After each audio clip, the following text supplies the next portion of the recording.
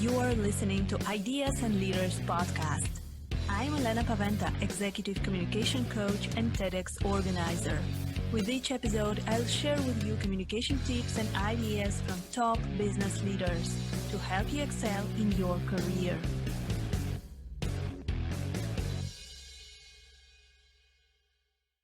Today, we have a special guest on the podcast, the President and CEO of Dale Carnegie Training, Joe Hart. Dale Carnegie Training is an international training company, over 100 years on the market, present in 90 countries. And for me, this interview is also very special because I'm certified Dale Carnegie trainer myself.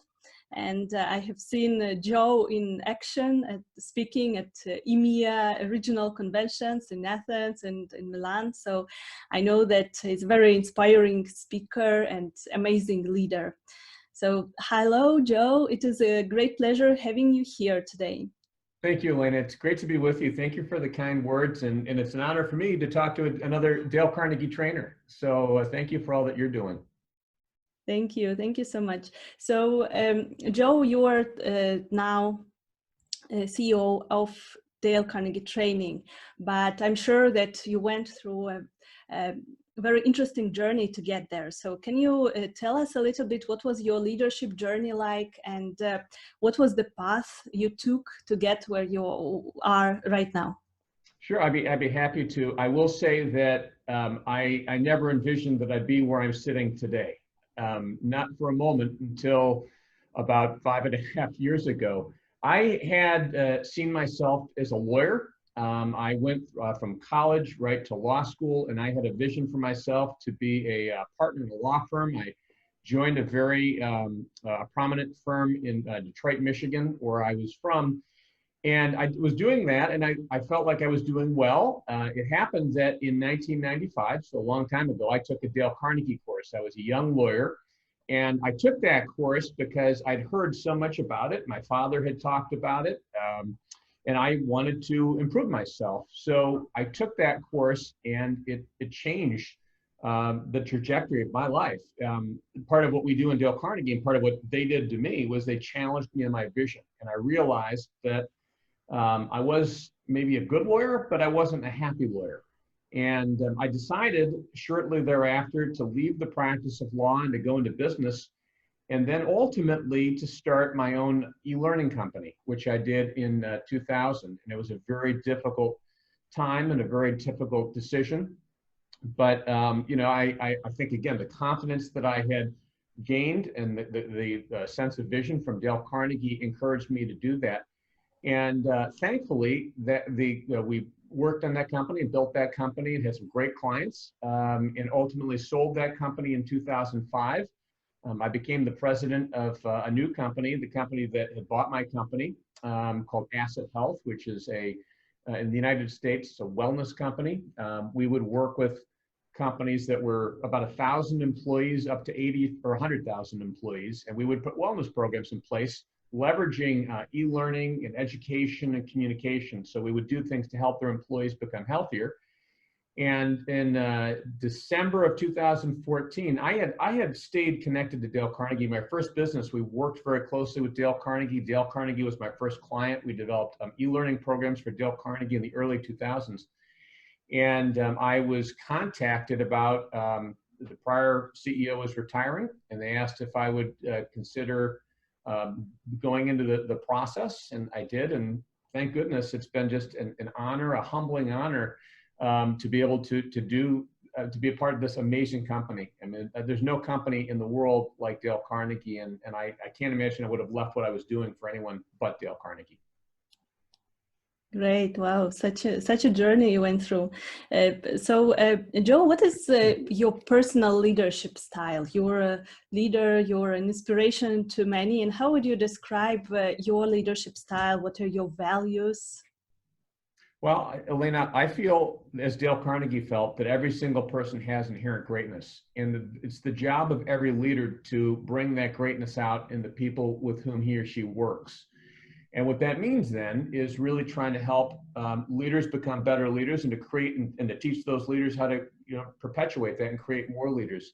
So my view is in what ways can I help the people that I work have a vision for themselves to align with the vision of the organization and to help them be successful. That it really is about, it's about belief.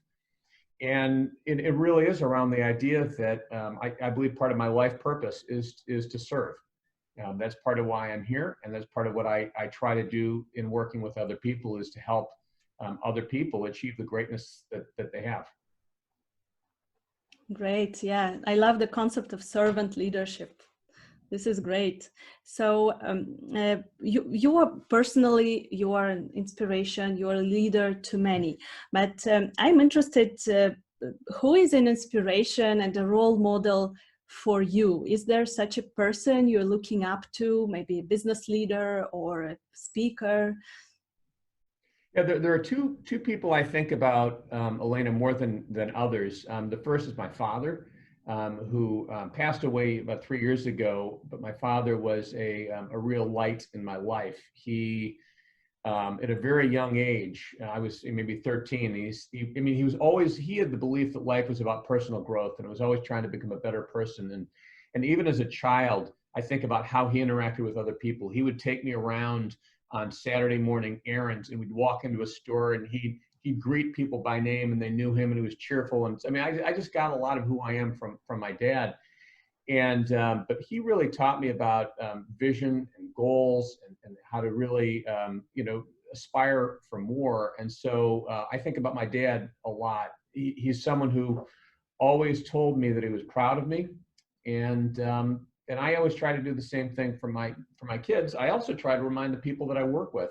I try to carry that and to tell them thank you, and to demonstrate appreciation where they're successful, and to help them where they can be better. The other person who's really been tremendously influential is Alan Mulally. He is the former CEO of Boeing and Ford.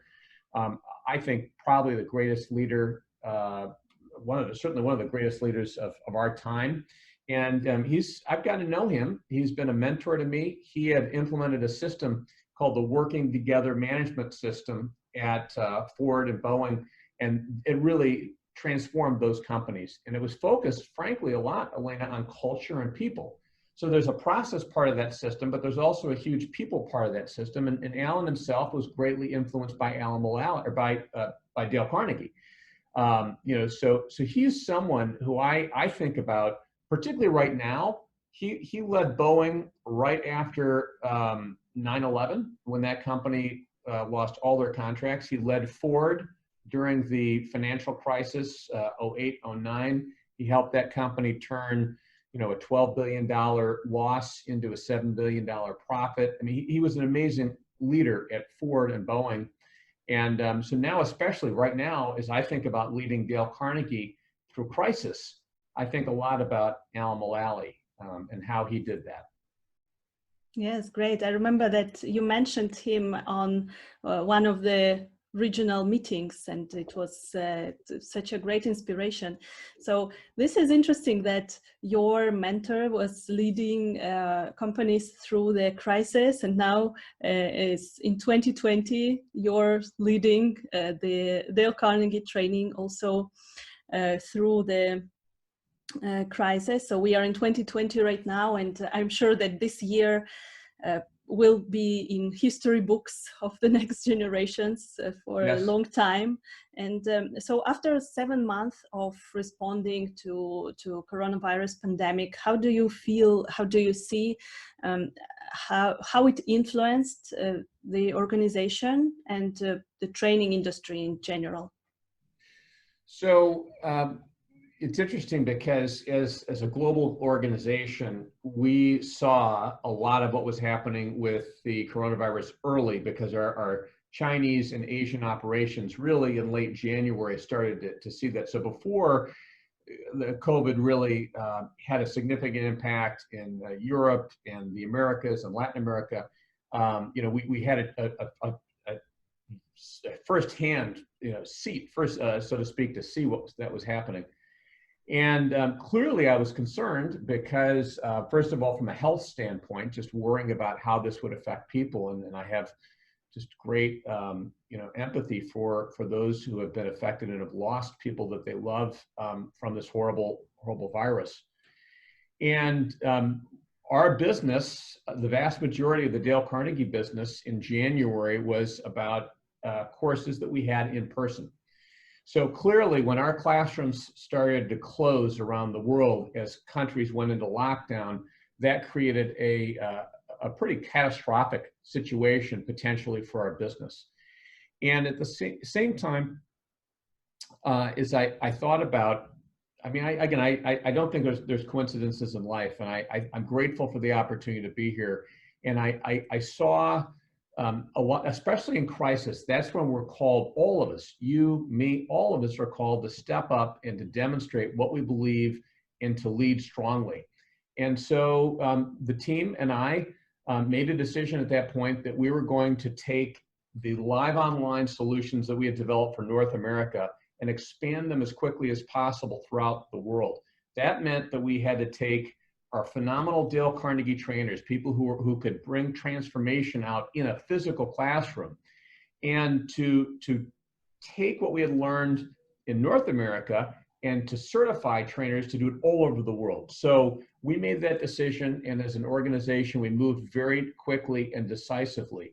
And thankfully, the people throughout the Dale Carnegie organization are agile, they're resilient, they're strong people who have the same fears that everyone else has, but they really rose. Our trainers, we certified almost 1,000 trainers around the world in a short period of time. We developed new programs to bring out transformation, to help people lead in virtual settings. We did all of these things, and we went to market, and thankfully that has proved to be a tremendous thing for our organization. We are in the midst of a recovery right now. The vast majority of the revenue that we have as a business has gone from completely in person to now mostly online. And the quality results that we're getting, the experience that we're having from the companies and the individuals who are taking our programs are saying, oh my gosh, this is phenomenal. They are rivaling a lot of the results that we are able to achieve in a physical classroom. So crisis creates, and I guess maybe it's cliche to say crisis creates opportunity, but the question is, if we have the right mindset, and I think we did at Dale Carnegie, really to say, where are the opportunities here? How do we turn this horrible crisis into something that could be a real win for everyone, for our clients, for our teams, and so forth? And Dale Carnegie himself is the one who said, if you have lemons, make lemonade. So I'm grateful that that we've done that, and I'm very, very proud of our Dale Carnegie people, our thousands of Dale Carnegie trainers and franchise owners and salespeople and marketers. I mean, people who live in the Dale Carnegie and Associates organization who really have risen to the occasion. Yeah, and according to Gallup poll, 60% of employees switched to remote working during crisis in the first couple of months. So it was really rapid pivot into the digital world. And yes, I was myself part of those trainers who got certified in live online solutions, and it is really, really great.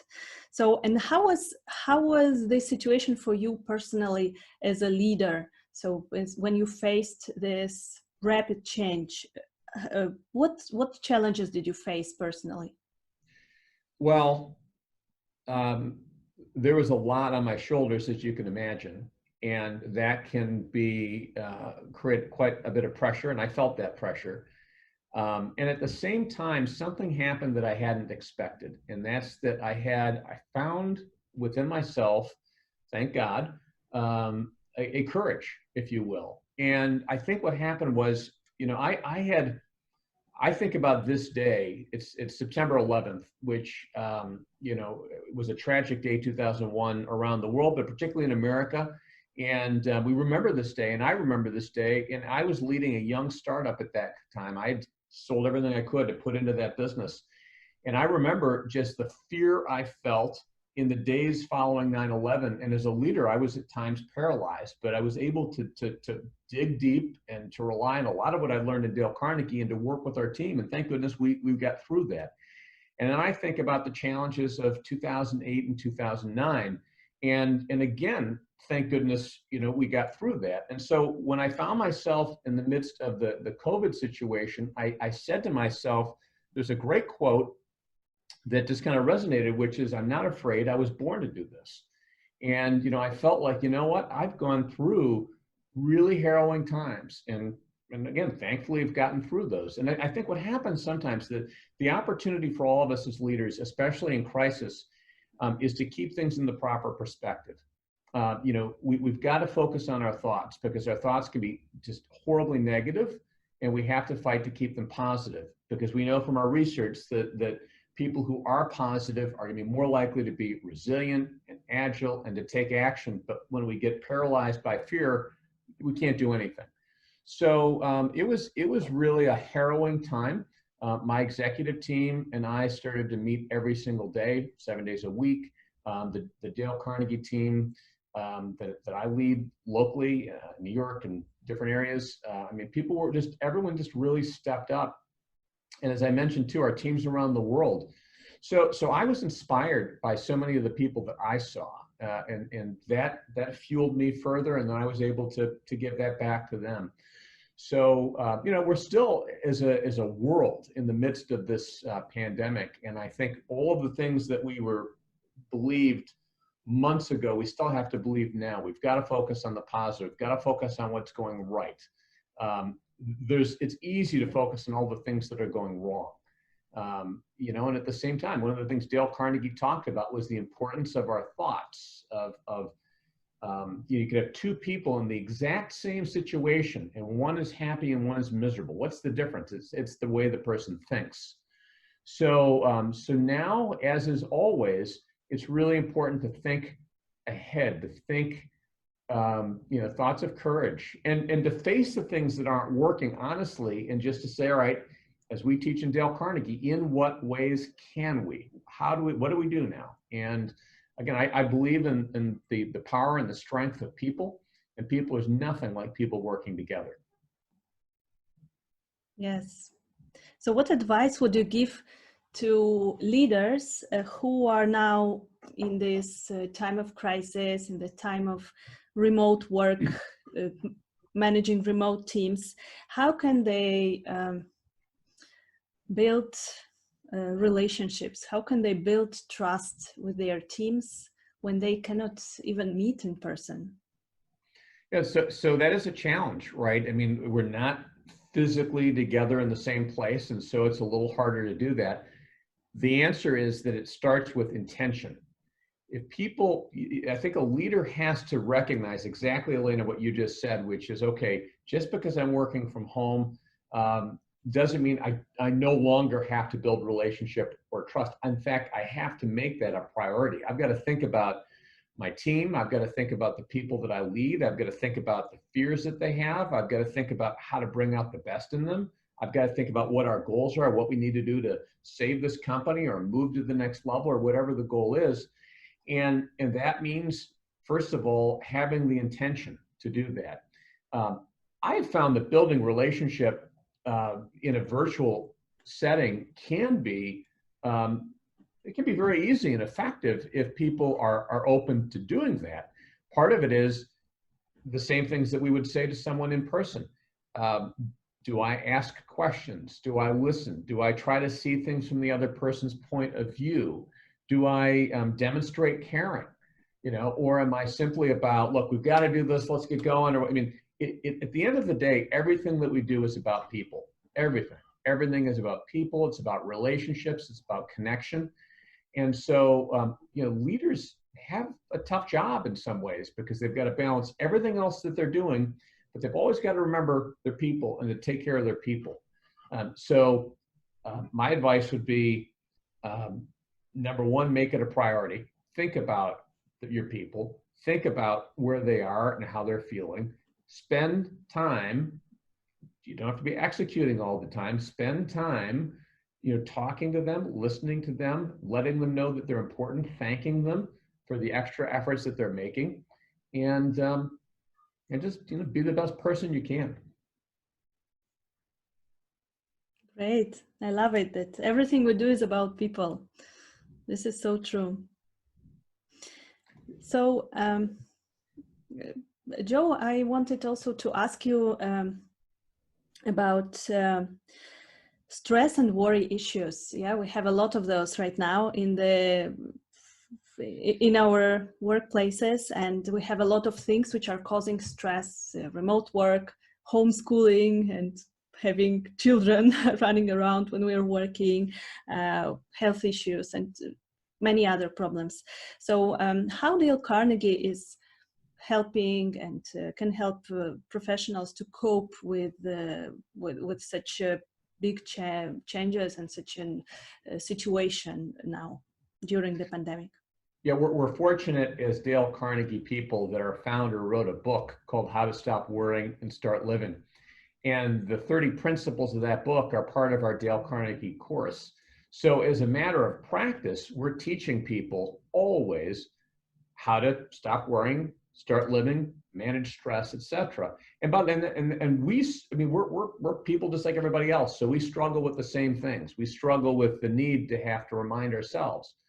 But the answer, I think, lies, again, it starts with our thoughts, and it starts with the things that we do. One of the things I've really tried to do, and I think this is a great source of stress. People start to think about all the things that are happening in the future. In the United States, we've got a very contentious election. If you turn on the news, you can hear about all the different predictions about what might happen one way or the other, and it's a very tense time in the U.S. right now, and plus the coronavirus situation. Plus, it's just a lot of things. So if we think about all those things, they can eat away at us. If we think about it from a business standpoint, what might happen to my business? So, part of what Dale Carnegie talked about was the difference between worry and concern. You can be concerned about things, but you don't worry about those things, and you try to live just one day at a time, day-tight compartments. And I find for me, I've got enough going on in any one given day that if I simply am focused on what I have to get done this day, that's enough. But it's an active practice of trying to say, you know what, I'm not going to think about. Sometimes I'll have these, negative thoughts, and it might be something I have to think. It's like something I have to think about or process. Like I've got to, there's to work trip. But if it's just a thought, it's like just swat it away like it's a fly. You know what I mean? It's just not going to focus on this. I'm going to focus on what I can do. It's not to say that we're going to ignore the challenges. We have to face the challenges that we have. The question is, do we face those challenges, with confidence and with perspective, or do we let those challenges consume us? And that's the opportunity, I think, for all of us to really think about, what's the good in this situation? How can I see this in a positive way? And certainly, again, it's easy to say and harder to do, but that's the opportunity. Yes, so we can recommend to our listeners to read the book by Dale Carnegie, How to Stop Worrying and Start Living. It is really great. It helped me a lot a couple of years ago when I read it, and it is great. I'm recommending it to anyone who is currently in stress because of some reasons. Well, Elena, and on that point, we know that people are hurting right now. People are really hurting. They are scared. They are stressed, as you said. And, that book's like you. That book has helped you. That book has helped me. And if we can do something to help people access kind of the inner strength that they have through a book like that gives them good guidance, that's the difference between someone being stressed or not, someone being worried or not, someone sleeping well at night or not.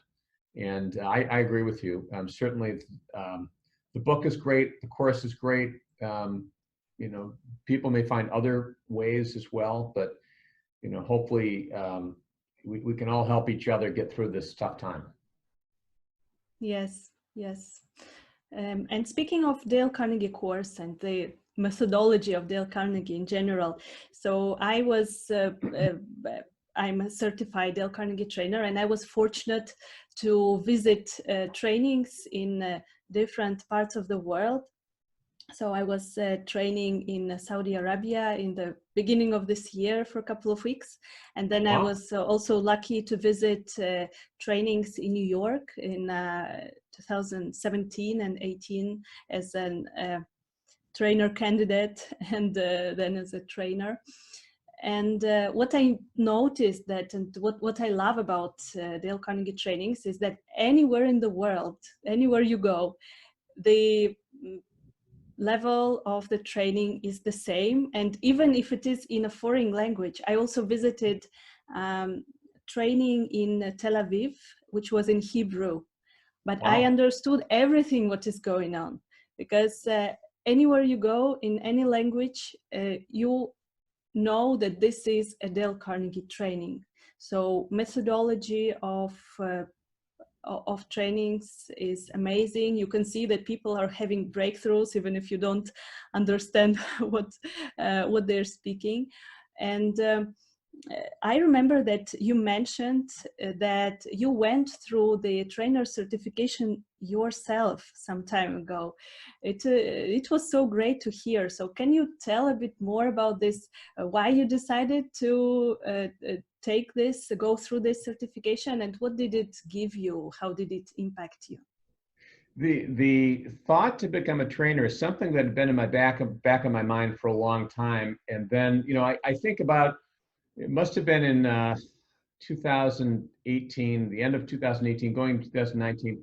I think a lot about what would Dale Carnegie do? If Dale Carnegie were here today, or I were talking to Dale Carnegie, I mean, what would he say? And what was important to him? And what I realized was the most important thing to Dale Carnegie was the breakthroughs that our trainers achieved in people's lives. That's what he was. I mean, he was on a mission. He cared about people. He wanted to really help people, you know, live their best selves, so to speak.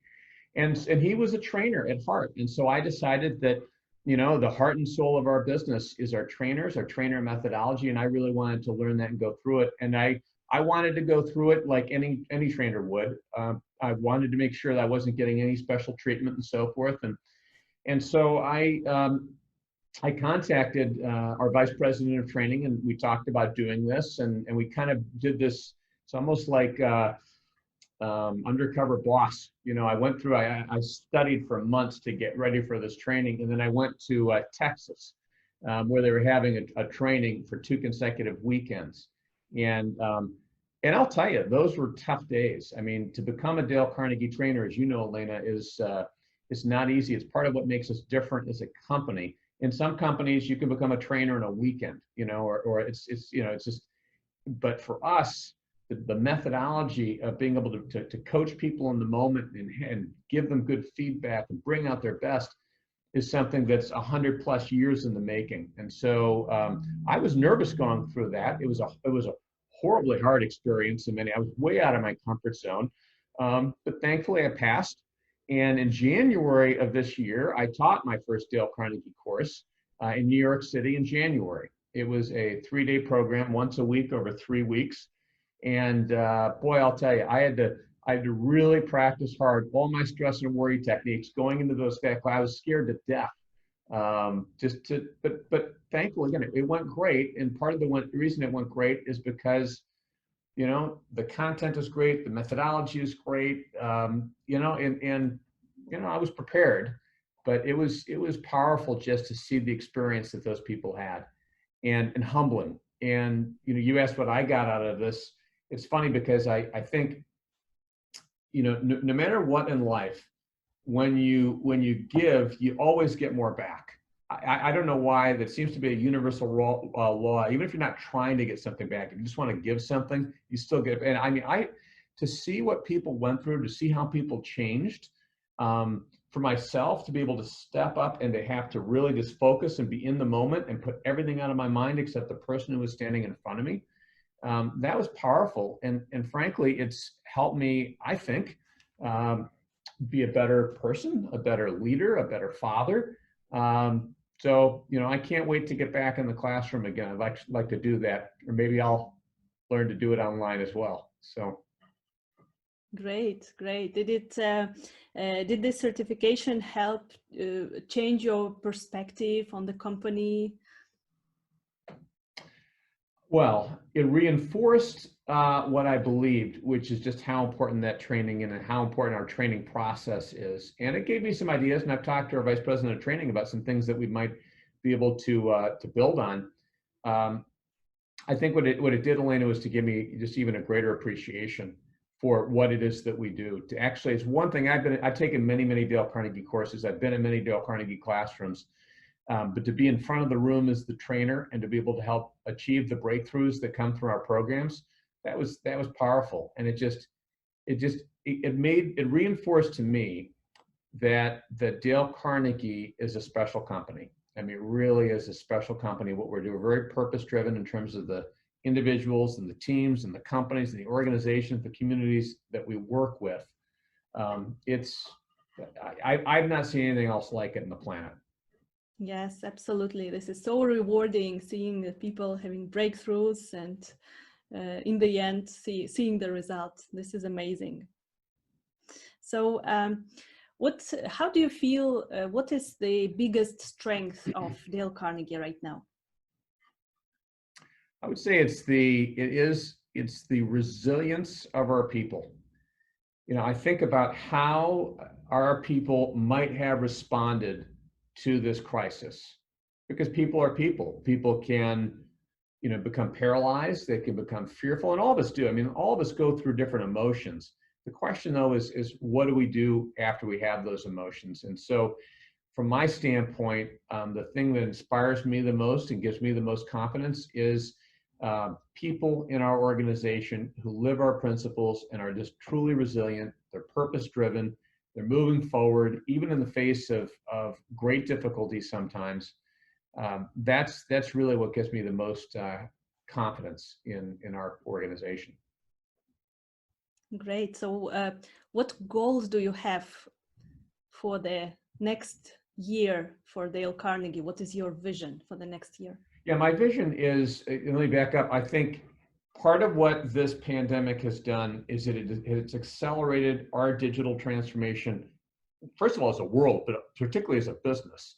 I think today, the paradigms that people have about how we work, where we work, when we train, how we train, all those things are different. And so Dale Carnegie is, I think, uniquely situated to help in this new world, because we have powerful in-person programs, powerful online programs, powerful blended programs. We've got solutions that can help companies wherever they are. And so my vision is, especially over the next year, to continue to build on that, to continue to really just run as fast as we can to ensure that our customer experience is the strongest, that we can continue to innovate along that in-person, blended, live online spectrum, to roll out some new programs, new e-learning and platforms and communities and other things that will let us connect to our customer and help our customers get even more value and more breakthroughs. So it really is about accelerating. If it's 12 months from now, you know, we are a digitally focused company that is really bringing transformation to companies, to individuals, helping them achieve what they need to in a virtual world, whether that's around virtual sales, around how do you manage virtual teams, how do you conduct meetings, how do you present. It's all of those kinds of things. And it's being flexible. If a company wants to start a program in a classroom and have some people in a classroom and other people online, and people go back and forth, I mean, it's less about the room, and it's more about driving even greater results, because there's some things that we can do now that we couldn't do because of the technology that we have. Great. What a great vision. So, Joe, looking back on your leadership journey and everything, what you've achieved, and knowing also what you know now, would you change anything in your journey? What would you do anything differently? It's funny, one of the questions I get asked a lot, because I'm a lawyer and I still have a license to practice law. People will ask me, so if you went to law school, you took the bar exam, you practiced law, you're not even using any of that right now. Would you have, if you had to do it all over again, would you have done that? And the answer is, yes, I would. Number one, what I gained from that was part of my journey. If I change that, I might not be where I am. It's all, so if you change anything, and frankly, I couldn't be more grateful for where I am right now. So, I wouldn't change anything. I think that maybe there are times that if I could go back and talk to my younger self, I might tell my younger self, not to worry about some of the things that I worry about. Some of the things that I thought that might have been important in terms of what people thought or what was going to happen. It's like, you can get good can come out of any situation. If we put ourselves in the right framework to look for that, everything can be an opportunity if we really have the right mindset. And that's something certainly I've learned only through age and experience, I guess. But but no, I'm grateful for every step along the way, even some of the steps that have been just horribly difficult. Great. Yeah, this is so inspiring. So to sum up our interview, let's give our listeners the advice. So you are an inspiration to many, you have achieved a lot, and you have a great approach to leadership, what you proved right now. So what is your advice to our listeners? What do they need to start learning, to start doing right now to become a CEO in the future or to achieve success in the field they want to achieve? So the first thing I would say is, what is the vision that you have for yourself? Because one of the things we teach in Dale Carnegie is all about vision. It's so easy to be in the day-to-day of and things, all of a sudden things pass by and it's 10 years. So I would encourage people to start with them thinking about what they would like their futures to be like, how they would like to be a part of that future. In other words, what kind of a person do you want to be? I believe deeply that I have a purpose in life, and part of my purpose in life is to help bring out the best in other people.